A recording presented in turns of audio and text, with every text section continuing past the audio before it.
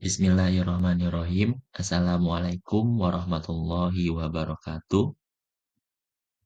Alhamdulillahi rabbil alamin. Wassalatu wassalamu ala asrofil anbiya'i wal mursalin wa ala alihi wa sahbihi rasulillahi ajmain. Amma ba'du. Yang pertama-tama, marilah kita sama-sama bersyukur kepada Allah Subhanahu wa taala yang telah memberikan kita nikmat sampai sekarang pada saat ini. Langsung saja, sebelum itu saya berterima kasih kepada Pak Mahfud selaku dosen pengampu mata kuliah perilaku organisasi. Di sini nanti saya akan mempresentasikan hasil dari diskusi saya, pembahasan saya tentang emosi dan suasana hati. Sebelum itu, perkenalkan dulu nama saya Duta Permana Bayaki dengan akhir NIM 19. Langsung saja kita mulai untuk pembahasan tentang emosi dan suasana hati. Cara mengenali emosi dan suasana hati pada diri kita sendiri.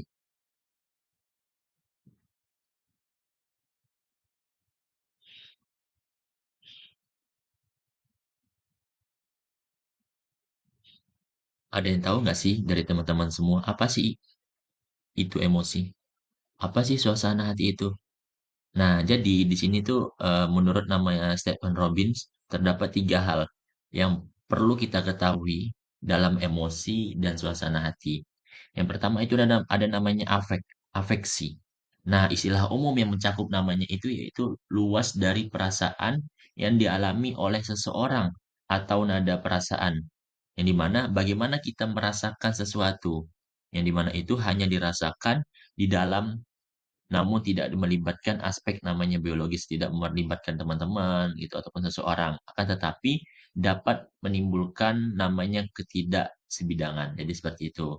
Nah, terus ada namanya emosi. Apa itu emosi? Emosi itu adalah eh, perasaan intens yang diarahkan pada seseorang ataupun pada sesuatu.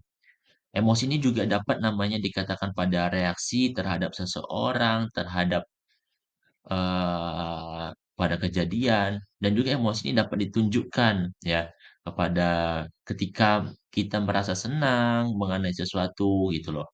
Habis itu ada marah kepada seseorang, terutama yang biasanya kita tidak asing tuh kalau emosi itu pasti marah ya. Tapi ada juga yang bisa dibilang itu senang mengenai sesuatu ataupun takut terhadap sesuatu. Nah, terus apa sih suasana hati itu? Nah, jadi suasana hati itu adalah eh, biasanya bahasa Gen Z itu biasanya bilang mood ya, mood. Yang dimana itu perasaan yang kurang intens dibandingkan emosi dan seringkali, meskipun tidak selalu ya, muncul tanpa sebuah peristiwa spesifik sebagai namanya stimulus ataupun respon yang terjadi setelah kita namanya merasakan melibatkan aspek biologis dan durasi terjadinya biasa itu panjang atau lama ya suasana hati.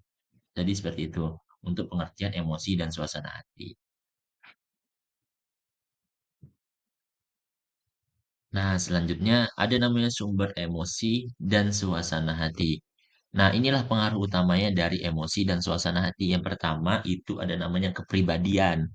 Nah, kepribadian itu suasana hati dan emosi memiliki satu komponen karakteristik. Kebanyakan orang telah membangun namanya kecenderungan untuk mengalami suasana hati dan emosi tertentu lebih sering daripada orang lain. Yang di mana orang-orang ini juga namanya mengalami emosi yang sama dengan kita, berbeda terkait kekuatan pengalaman emosi yang intensitas atau bisa dibilang affect intensity. Nah, orang itu seperti itu biasanya mengalami emosi yang mendalam. Terus ada namanya waktu dalam hari. Nah, waktu dalam hari ini orang memang beragam ya dalam suasana hatinya berdasarkan waktu dalam hari gitu. Mungkin setiap jamnya dia bisa berubah-berubah suasana hatinya, moodnya tuh bisa berubah-berubah. Jadi nggak setiap jam tuh sama. Kadang jam 9 dia baik, nggak mungkin jam 10 dia baik. Mungkin ada suatu hal yang bisa buat dia berubah suasana hatinya seperti itu, ataupun baik positif ataupun negatif. Jadi seperti itu. Nah, terus ada namanya cuaca. Nah, cuaca ini juga mempengaruhi ya untuk emosi dan suasana hati kita. Jadi, setidaknya bagi kebanyakan orang itu, suasana ini cuaca ini dia bisa mempengaruhi orang lain juga untuk kita bisa emosi, habis itu mood-mood kita bisa berubah karena cuaca, jadi seperti itu. Nah, terus ada namanya stres. Nah, stres ini dapat memperburuk suasana hati dan mengalami emosi-emosi negatif. Ya, jadi jujur saya juga pernah mengalami stres yang dimana tuh emang stres itu dampaknya itu ke arah negatif terus gitu. Entah kita nanti mikir yang aneh-aneh, ataupun nanti kita bisa menimbulkan sesuatu apa yang kita tidak inginkan. Jadi seperti itu. Ya, terus terakhir tuh ada umur. Nah, umur ini tuh biasanya orang muda ya, lebih memiliki emosi positif yang lebih ekstrim banget. Maksudnya lebih ekstrim nih, anak muda nih lebih sering emosi gitu daripada orang tua yang udah umurnya lansia. Jadi itu kan nggak mungkin emosi lagi sih. Tapi kalau yang anak-anak muda nih, Gen Z apalagi terutama pasti adanya sering mengalami namanya emosi dan juga suasana hati. Dan juga suasana hati ini positif lebih lama bertahan ya bagi individu yang berumur dan suasana hati negatif lebih mudah menghilang. Terus mungkin ada yang lain yaitu seperti tidur, habis itu ada jenis kelamin, terus ada olahraga ya. Contoh jenis kelamin. Wanita ini dia lebih ekspresif secara emosional dan juga lebih intens daripada pria. Ekspresinya ini ekspresi emosi itu dia apa ya, menginterpretasikan reaksi wanita sebagai dipsional, ya, berhubungan dengan kepribadian. Sedangkan kalau pria, laki-laki itu dia berhubungan dengan namanya lingkungan sekitar, tergantung dengan teman-temannya, lingkungan teman-temannya dia seperti itu. Nah, terus ada namanya penyebab adanya emosi. Emosi itu datangnya dari mana sih? Ya, kan nggak mungkin tiba-tiba datang, pasti ada suatu sebab yang dimana emosi itu datang kepada kita. Contohnya, yang disebabkan oleh kejadian spesifik, sangat cepat durasinya, detik maupun menit. Gitu. Jadi ada namanya kemarahan, rasa takut, kesedihan, kebahagiaan, rasa jijik, dan juga rasa terkejut. Dan biasa tuh dia disertai dengan wajah yang jelas. Contohnya kemarahan. Kalau kita emosi, pasti muka kita kan nggak mungkin. Kalau kita emosi, marah, terus muka kita happy, gini. Kan nggak mungkin. Jadi kalau misalnya kita ada namanya kemarahan, ya pasti itu mukanya kayak, wah gitu, masih marah kita di situ. Dan juga ada namanya rasa takut. Kalau takut pun kita kalau rasa takut kan nggak mungkin muka kita dalam keadaan tersenyum, pasti kayak kaget gitu. Gitu loh. Jadi seperti itu untuk penyebab ada namanya emosi. Jadi penyebabnya itu bermacam-macam, nggak cuma dari kemarahan, pasti ada hal-hal yang lain. Jadi seperti itu. Terus ada namanya penyebab adanya suasana hati. Nah, penyebab suasana hati ini seringkali umum dan juga tidak namanya jelas. Berakhir lebih lama daripada emosi, jam, bahkan hari. Ya, lebih umum. Dan juga ada dua dimensi utama, afeksi positif dan afeksi negatif. Yang terdiri dari berbagai emosi spesifik. Biasanya ini dia tuh tidak diindikasi oleh namanya ekspresi yang jelas. Kadang ekspresinya pokoknya tidak menentukan, tidak tertentu. Jadi seperti mungkin kadang dalam keadaan marah, senyum, takut, ya, bahagia ataupun yang lainnya jadi seperti itu. Nah, untuk selanjutnya itu mengenali namanya emosi dasar. Nah, jadi dari emosi dasar ini macam dari emosi sendiri antara lain ada amarah, ada tidak suka, ada antusias, ada cemburu, habis itu ada takut, bahkan yang lain-lainnya. Nah, masalah dari penerapan emosi dasar ini terlalu kompleks untuk dengan namanya kita mudah dipresentasikan oleh wajah kita. Budaya kita itu memiliki namanya norma-norma yang mengatur ekspresi emosional.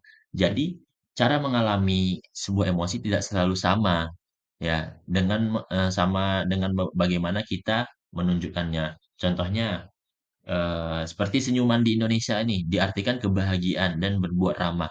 Namun di berbagai negara itu tanggapannya beda. Ya, menganggap senyuman itu adalah sebuah tanda ketertarikan seksual, seperti perempuan tersenyum kepada laki-laki. Nah, jadi walaupun di negara sosial ini orang lebih percaya tampilan emosi seseorang itu berkaitan dengan namanya hubungan di antara mereka. Ya, sedangkan orang-orang yang budaya individualis itu itu tidak berpikir bahwa ekspresi emosional itu orang lain diarahkan pada mereka.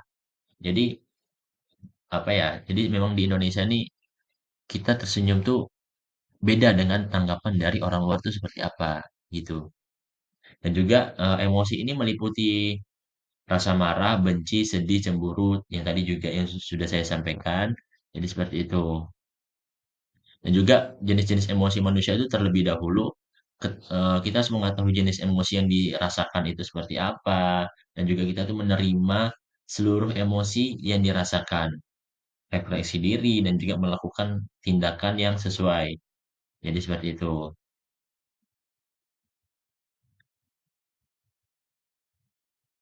Nah, selanjutnya ada nama strategi mengelola emosi. Bisa atau mengatur namanya suatu emosi. Nah, ide utama dari pengaturan emosi itu adalah namanya mengidentifikasi dan juga memodifikasi emosi yang dirasakan. Dan juga strategi ini untuk merubah emosi meliputi lalu berpikir tentang hal yang menyenangkan, habis itu menekankan pikiran negatif kita dan mengalihkan perhatian, ataupun melakukan namanya teknik relaksasi. Ada yang pertama, acting permukaan. Acting permukaan itu tidak mengubah namanya suatu emosi, sehingga pengaturannya itu sedikit. Jadi seperti itu. Terus yang kedua ada namanya acting mendalam. Lebih mudah secara psikologis dibandingkan dengan acting permukaan. Terus yang ketiga itu ada namanya mengubah pola pikir yang ada dalam diri kita. Ya, kalau misalnya kita ada dalam diri kita itu tentang untuk emosi, ya mau nggak mau kita harus mengubah pola pikir kita. Aku harus bisa menahan emosi aku ini jadi seperti itu.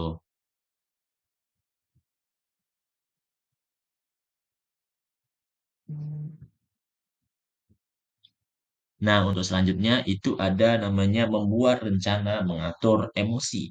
Nah, ide utama dari pengaturan emosi ini ya, itu apa ya? Mengidentifikasi diri kita dulu ya. S- Supaya kita tuh bisa mengatur emosi kita. Jadi, kita tidak asal melangkah untuk bisa kita mengatur emosi. Terutama kalau misalnya kita ingin mengatur emosi dalam diri kita terlebih dahulu, kita harus nama introspeksi diri terlebih dahulu ya. Kira-kira hari ini aku ada melakukan kesalahan atau enggak, sehingga bisa menimbulkan suatu emosi seperti ini, ya. Jadi introspeksi diri kita seperti apa introspeksi diri kita dulu, ya sebelum kita apa ya terjadi nama emosi dari dalam diri kita. Jadi seperti itu. Strategi untuk merubah emosi meliputi berpikir tentang hal yang menyenangkan, habis itu menekankan pikiran negatif dan mengalihkan perhatian ataupun melakukan namanya teknik relaksasi. Nah, di sini tuh ada pertanyaan nih teman-teman, ada pertanyaan.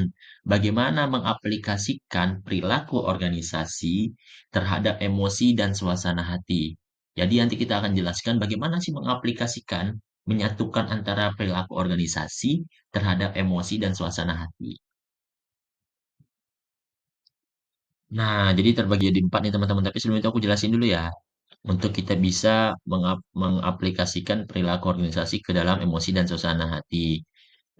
Bahwa emosi dan suasana hati ini bisa memperbaiki kemampuan kita dalam menjelaskan dan juga memprediksi proses seleksi di dalam namanya organisasi, mengambil keputusan, kreativitas, dan juga motivasi dalam kita memimpin sesuatu organisasi. Bahkan juga ada namanya negosiasi, sikap kerja, dan perilaku menyimpang dari dalam tempat kerja. Pertama ada namanya selection. Ya, pengusaha itu harus namanya mempertimbangkan terlebih dahulu kecerdasan emosional, faktor dalam mengerjakan karyawannya. Jadi, seorang owner, CEO, ataupun pemimpin itu harus mempertimbangkan kecerdasan emosionalnya dulu untuk bisa mempekerjakan karyawannya, khususnya untuk pekerjaan yang memiliki level tingkat tinggi dan dituntut untuk berinteraksi sosial. Jadi seperti itu. Terus ada namanya kedua pengambilan keputusan. Ya, emosi yang positif itu dapat meningkatkan kemampuan kita dalam memecahkan namanya masalah dan membantu kita untuk bisa memahami, menganalisa, dan informasi lainnya.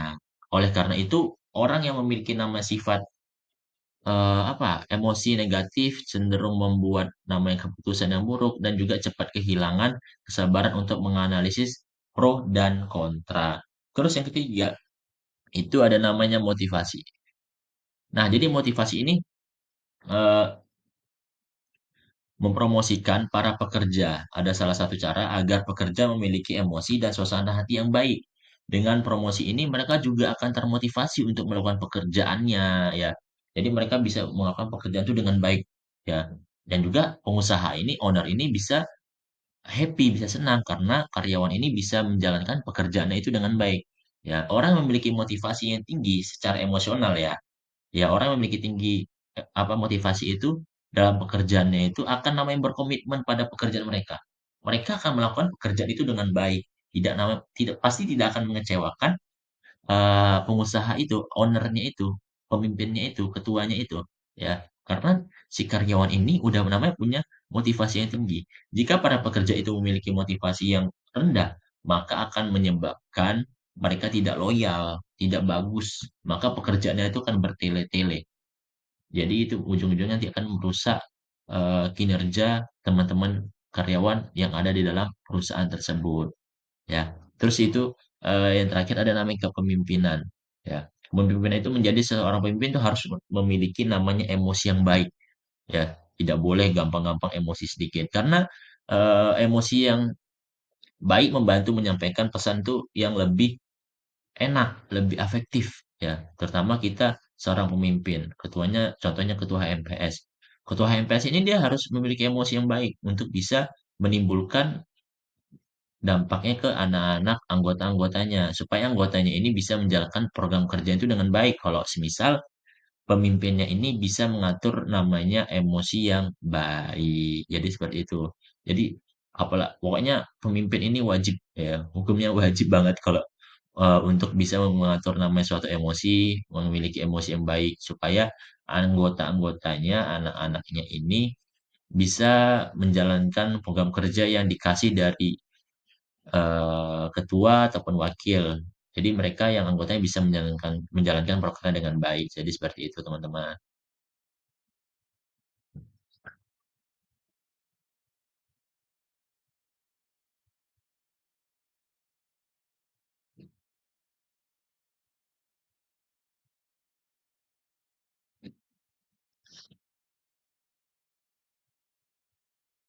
Nah, sebelum ditutup, ada namanya motivasi. Motivasi untuk hari ini kepada teman-teman ya. Mulailah hari ini dengan bijak, lebih bijak dalam mengelola stres dan emosi Anda. Jadi kelola diri Anda, atur diri Anda supaya bisa mengelola emosi ini dengan secara baik. Jadi seperti itu ya.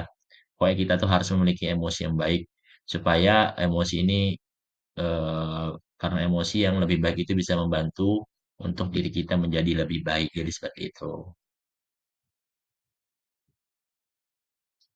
Nah, untuk kesimpulannya, emosi dan suasana hati sama-sama afektif sifatnya, tetapi mereka berbeda. Suasana hati lebih umum dan kurang kontekstual daripada emosi. Waktu peristiwa menekan aktivitas sosial serta pola tidur adalah beberapa faktor yang mempengaruhi emosi dan suasana hati.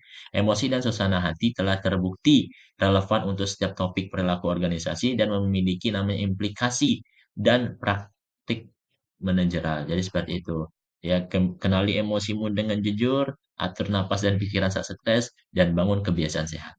Seperti itu. Itu saja untuk presentasi saya pada kali ini. Jikalau ada kata-kata yang salah dalam presentasi tadi, dalam penjelasan tadi, mohon maaf sebesar-besarnya. Terima kasih. Wassalamualaikum warahmatullahi wabarakatuh.